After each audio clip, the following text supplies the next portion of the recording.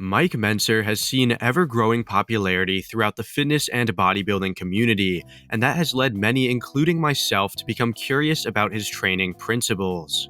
Like many, I wondered what was this quote-unquote magical training philosophy that Mike Mentzer preached. He swore by high-intensity weight training, otherwise known as heavy-duty training. This consisted of brief, infrequent, and intense lifting to produce the best results using the least amount of one's time. The idea of prioritizing intensity over volume has and probably will continue to be a big debate. He gets a lot smarter, a lot quicker. Mr. President? Did you use the word smart?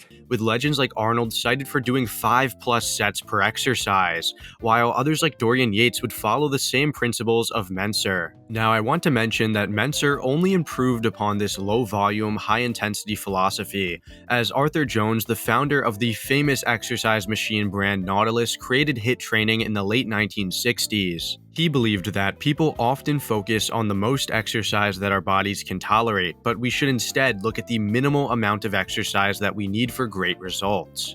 With this in mind, Mentzer sought to perfect Arthur's training methods. Following the pre-med track at the University of Maryland, Mike used his knowledge from studying genetics, physical and organic chemistry, and really put it all into play. Additionally, influence from the legendary Casey Viator pushed Mentzer to really put his theories into play, as Viator was known for training extremely heavy but only for 20 to 45 minutes.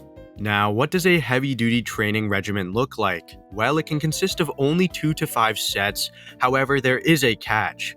For Mentzer, failure was just the beginning. After failing, there would be forced reps where a spotter helps you keep the weight going, negative reps where a spotter helps you move the weight back up, pausing for 15-second rest periods and then continuing on again, and so much more. After these low-volume workouts, Mentzer and his trainees would rest for as long as 8 days, as according to Mentzer, biologists and psychologists of his day have cited that hypertrophy is directly related to intensity, not duration or effort. You may be wondering, did these training methods work? I would say yes. Not only was he the first person to get a perfect 300 score at the 1978 IFBB Mr. Universe, he also built an extremely impressive physique that rivaled the likes of Arnold at the 1980 Mr. Olympia, to the point where many thought he should have won that competition. If that wasn't enough, Dorian Yates, the 6-time Mr. Olympia, was also trained by Mentzer in the early 1990s, and he was known for being the first mass monster ever. If Dorian, the champion for 6 consecutive years, could put on that much muscle, then surely it's got to work. Moreover, there were numerous studies that show the benefits of high-intensity training over volume, like this one that investigated and compared the effects of high-volume and high-intensity training. To spare you the time and the complicated statistics jargon, basically participants were randomly placed into 2 groups and told to train using HIIT or volume training. Subjects were monitored extensively, and all variables of the experiment were controlled. Ultimately, though, it appeared that HIIT training produced greater improvements in strength and hypertrophy. If you do want to read the entire experiment, I'll have it linked below in the comments section and in the description. After seeing all this proof that it really does work, I decided to start implementing similar training principles into my training, albeit at a less strenuous level. About a year ago, I was training 4 to 5 sets per body part, with 12 reps per set. Slowly, I worked it down to 3 sets per body part, but I still wasn't training intensely.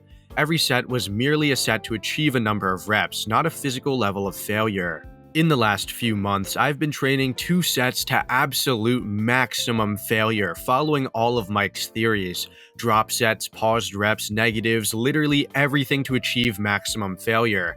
My workouts have been intense, extremely difficult, but executed with form and time in mind. I went from training for, 2 hours and then cut it in half. And I really do think that the results speak for themselves. Look, this photo is me a few months ago, weighing in around the high 140s at 5'9". I was still following the 3x12 mentality, not truly pushing myself that far every set. Now, here's a photo I literally took while editing this video. I've been doing the 2 sets to absolute failure and beyond for approximately 2 months now, and I've gone up to 160 pounds. I feel as if my back has become wider, thicker, all the while staying in the same relative body fat area.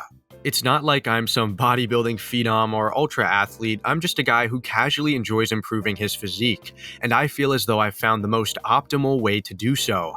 It's given me more time to prioritize the things that I love doing while continuing to make progress in my physique. Ultimately, I do believe that taking Mentzer's training philosophies and adapting it to my own schedule and preferences has benefited my life and my workouts greatly. I really enjoy HIIT training now, however, it may not be for everyone. All I'll tell you is go out there and try it, or you'll never really know if you'll like it.